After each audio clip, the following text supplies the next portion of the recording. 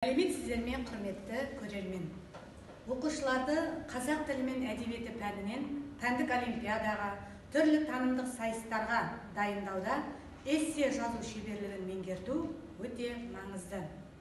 Сондықтан мен бүгін оқушыларға және мұғалімдерге эссе жазудың тиімді жолдары тақырыбында түсіндіріп өтетін боламын. Эссе автордың жеке ойын, көзқарасын білдіретін еркін жазу.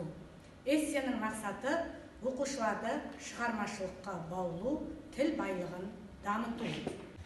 Эссенің түрлері өте көп. Философиялық, публицистикалық, тарихи, діни, әдеби тақырыптағы эсселер көпшілікке белгілі. Енді осының ішінде оқушылардың көп қолданатын түрі әдеби және еркін тақырыптағы эсселер. Эссе құрылымына келетін болсақ, эссе құрылымы кіріспе, негізгі бөлім, қорытындыдан тұрады. Бұл бөлімдерді біз эссе жазғанда жоспар құрмаймыз, дегенмен ол жоспарға өзіміз іштей жіктеп, бөліп айтатын ойды, сөйлемді ыңғайлап аламыз. Яғни кіріспеде 4-5 сөйлем болады, және кіріспеде міндетті түрде тақырып талданады. Егер кіріспеде біз тақырыпты талдап және эпиграф жазылған болса, осы эпиграфты талдау міндетті. Және негізгі бөлімге өтер тұста кіріспе мен негізгі бөлімнің арасындағы сөйлемдер бір-бірімен іштей мағыналық байланыста болуы шарт.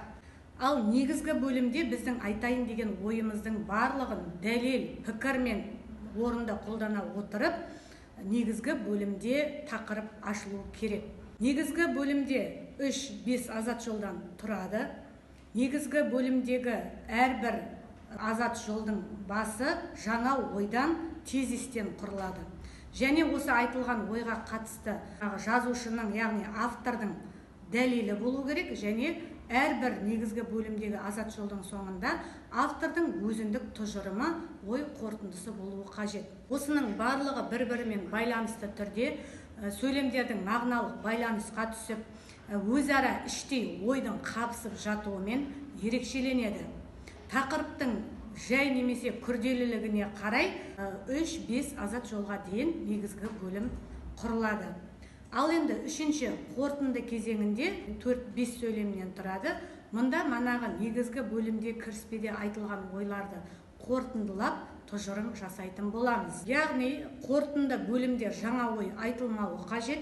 Негізгі бөлімде айтылған ойларды тұжырымдап, жазушының, яғни автордың ой тұжырымы, жеке пікірі, қорытындысы нақты жазылуы қажет. Енді бірнеше эссе үлгісін көрсетейін деп отырмын. Оқушылар пәндік олимпиадада көбіне әдеби эссе түрін және еркін тақырыптағы эсселерді қолданады. Соның ішінде әдеби тақырыпқа көп оқушы жазуға қиналады, өйткені дәлелдерді кіріктіруі, сол жазушының немесе ақынның стильдік ерекшелігін білуі жағынан кейде кемшін түсіп жатады. Енді осы бағытты жақсы меңгерген оқушы әдеби тақырыпқа қиналмай, өз пікірін білдіріп, эссе жаза алады деп ойлаймын. Мен өз оқушымның осы арада пәндік олимпиадада жазған эссесінен үзінді көрсетейін деп отырмын. Мысалы, Ақбілек қазақ әдебиетіндегі әйел бейнесінің көркемдік шыңы. Бұл тақырып. Және тақырыпқа қатысты эпиграф алынады. Кіріспеде осы тақырып талданады. Тағдыр тартысы, өмір көктемдігі, оқушы атаулы сөйлемдермен бастайды. Атаулы сөйлемдер осы тақырыпқа тірек сөз бола алады. Яғни осындай тірек сөздер арқылы атаулы сөйлеммен бастау тақырыпты одан әрі аша түседі деп айтуға болады. Кіріспеде негізгі бөлімге өтер тұста оқушы көпірше сөйлемдер деп айтуға болады. Мағыналық байланысқа түсетін сөйлемдермен аяқтайды.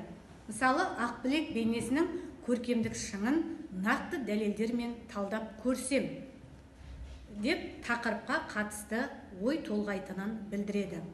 Енді негізгі бөлімнен келтірілген үзіндіде Марқакөл аруының гүлдей жайқалып, бәйшешектей бір жарар шағында көк көздердің құрбаны болуы жүректі жылатпай қоймас сірә. Мұндағы егер біз жай ғана әдемі арудың, сұлу қыздың десек, бойжеткен шағында десек, дәл мынау тұрақты тіркестер сияқты автордың өзінің жазуынан, өзінің жазу үлгісінен үзінді қылып алған сияқты әсерлі болмас еді. Сондықтан да оқушы тұрақты тіркестерді немесе қандай да бір бейнелі айшықты сөздерді қолданарда жазушының немесе автордың стиліне бағыттай отырып, сол өзінің жазған шығармасынан үзінді ретінде келтіруі бұл оқушының өте шеберлігін көрсетеді. Және де тақырыпты ашуда көркемдік шын дегеніміз Ақбілектің қайсар жүрегі деп кейіпкерді көркемдік шыңның биігіне шығарады. Міне, осылай тақырыптан ауытқымай, дәл тақырыпты ғана ашуға тырысу оқушының шеберлігінде. Қорытындыға келетін болсақ, қорытынды манағы негізгі бөлімде жазылған ойды, дәлелді бәрін тұжырымдай келіп, сол тақырыпқа қатысты өзінің тұжырымын бүгінгі өмірмен байланыстырып білдіру өте маңызды.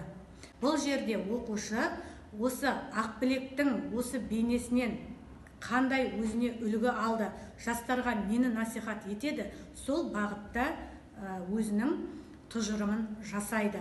Эссе жазуда оқушының, яғни автордың ойы, жеке пікірі өте маңызды.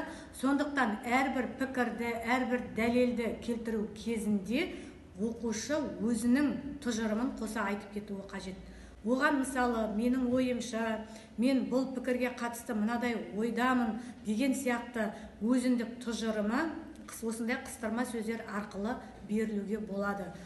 Егер бүгінгі менің қысқаша мәліметім сіздерге ұнаған болса, астына комментарийге сұрақтарыңыз болса жазсаңыз болады. Міндетті түрде жауап беретін боламын. Және де шығарылымда қандай тақырыпта мәлімет алғыларыңыз келеді. Сіздердің сұрақтарыңызды, ұсыныстарыңызды ескеретін боламын. Көріскенше күн жақсы болсын.